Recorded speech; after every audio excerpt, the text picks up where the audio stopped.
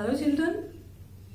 So we are going to discuss about chemical control in case of plants. So one part of control and coordination chapter. In case of plants, do you feel that plants show movement? Because till now we read that plants do not cause any movement. Right? But animals move, plants do not move. So today we will see that plants also show some movement. Plants are sensitive, they are living. So some sort of movements are shown by plants.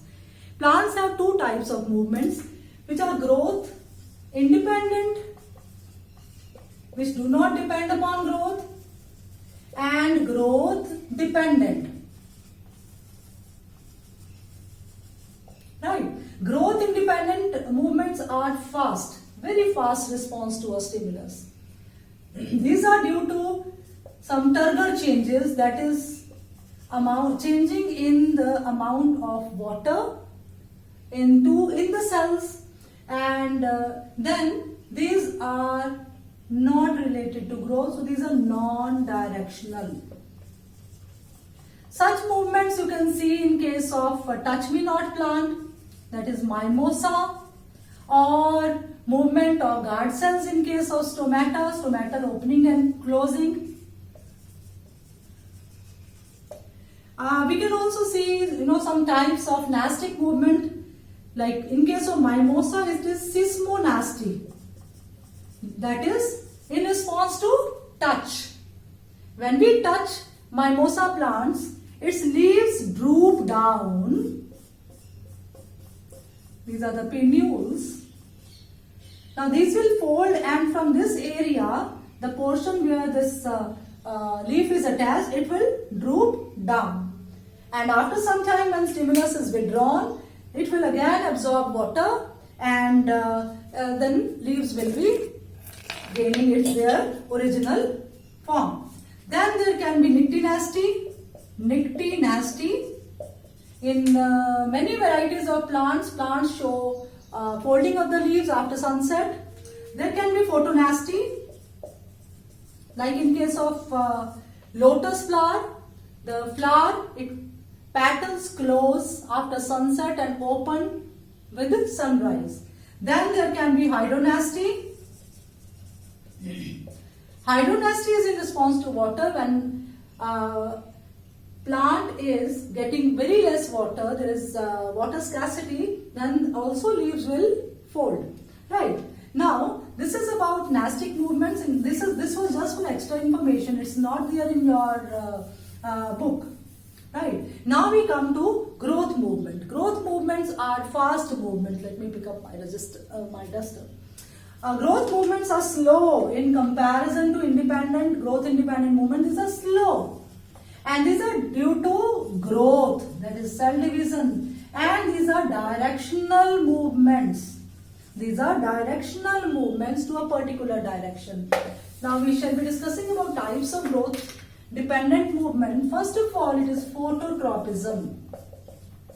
Photo means light. So this is we are going to discuss now tropic movement. So photo is light, and I shall be giving you one definition that will fit for all types of tropic movements. This is directional growth movement of plant or plant part in response to stimulus such as light if it is phototropism, water if it is hydrotropism, then chemical if it is chemotropism, water in case of hydrotropism, or touch in case of thigmotropism. So one definition will cover all type of tropic movement. Directional growth movement of plant or plant part in response to stimulus such as light, water, chemical. One we missed, gravity. Light, water, chemical, gravity, or touch. So phototropism, directional growth movement of plant or plant part in response to light is known as phototropism. How will it be demonstrated? We have to take one conical flask.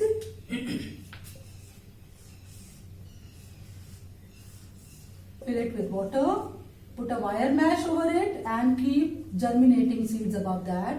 It will grow, root will grow downward and shoot will grow upward. This is normal.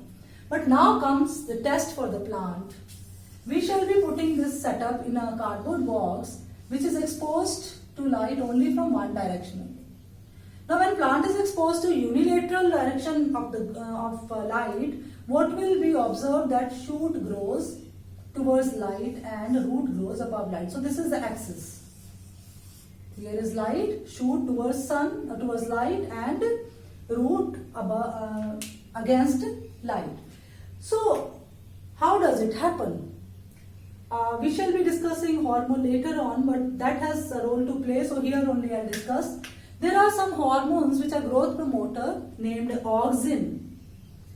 When a plant is exposed to light from one direction only, say this is shoot, this is sun, the auxins will diffuse from lighter side towards darker side and will cause more growth over there. So this is unequal growth. One side is growing less, other side is growing more, so it causes bending of the shoot. Okay, so now another test. We will be rotating this conical flask by 180 degree.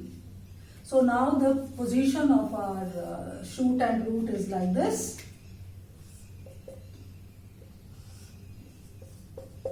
After some days, we'll again observe the new growth that is taking place is towards light and shoot, root against light.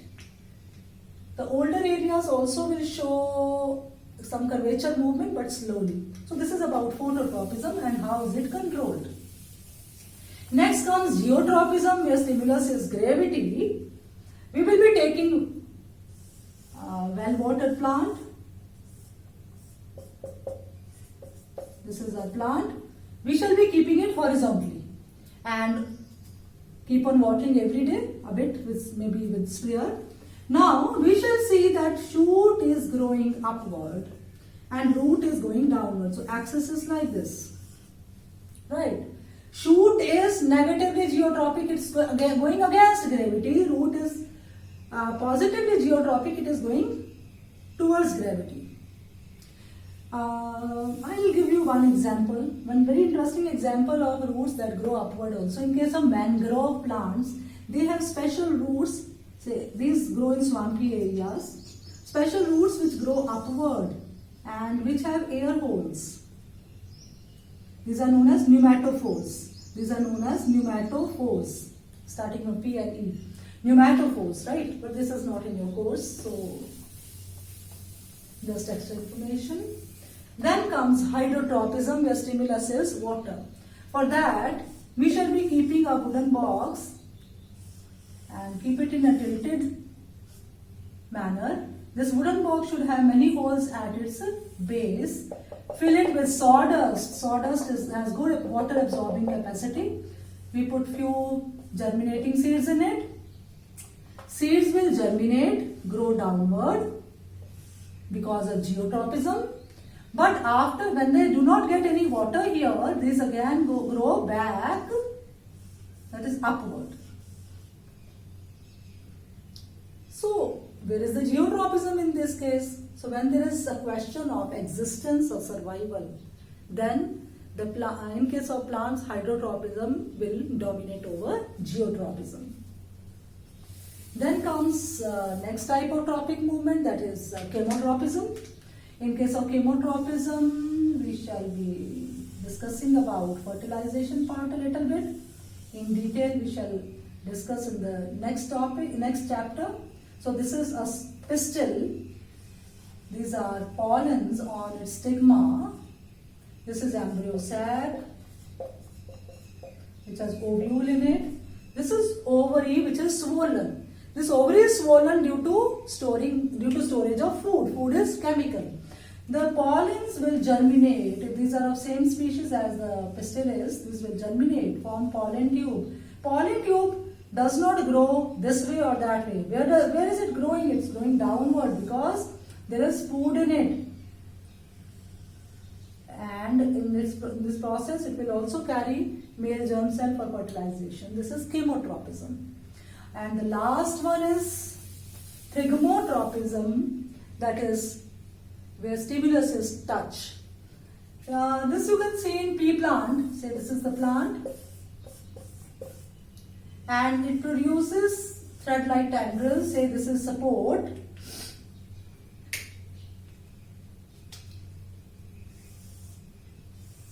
When tip of the tendril touches the support, because these have very weak stems, so they need support to go upright.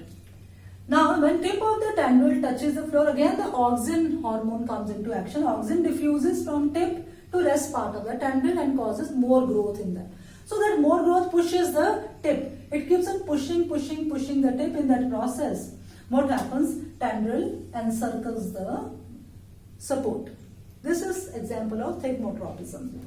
After these tropic movement in your book, there is comparison of nervous transmission and chemical transmission. Nervous transmission that takes place through nerves and chemical transmission takes place through hormones. Basically, the nervous transmission, it is specific. I mean, it acts at a specific area. Say, I happen to touch a hot object, I withdraw my hand. So, only these muscles will act. Not the muscles of my diaphragm or muscles attached to the ribs or legs, etc.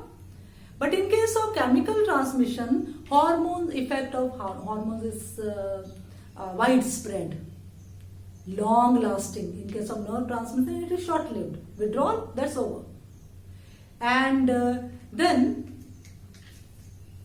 but in case of nervous transmission, that is fast. And in case of chemical transmission, chemical control is slightly slow. But nervous transmission cannot work continuously because some resetting mechanism takes place for which time is required, but effect of hormone can be long-lived.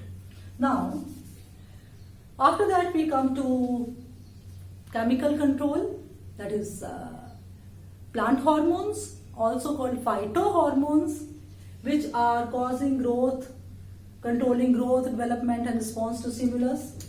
And a special feature about phytohormones is these are produced in areas which are away from areas of action.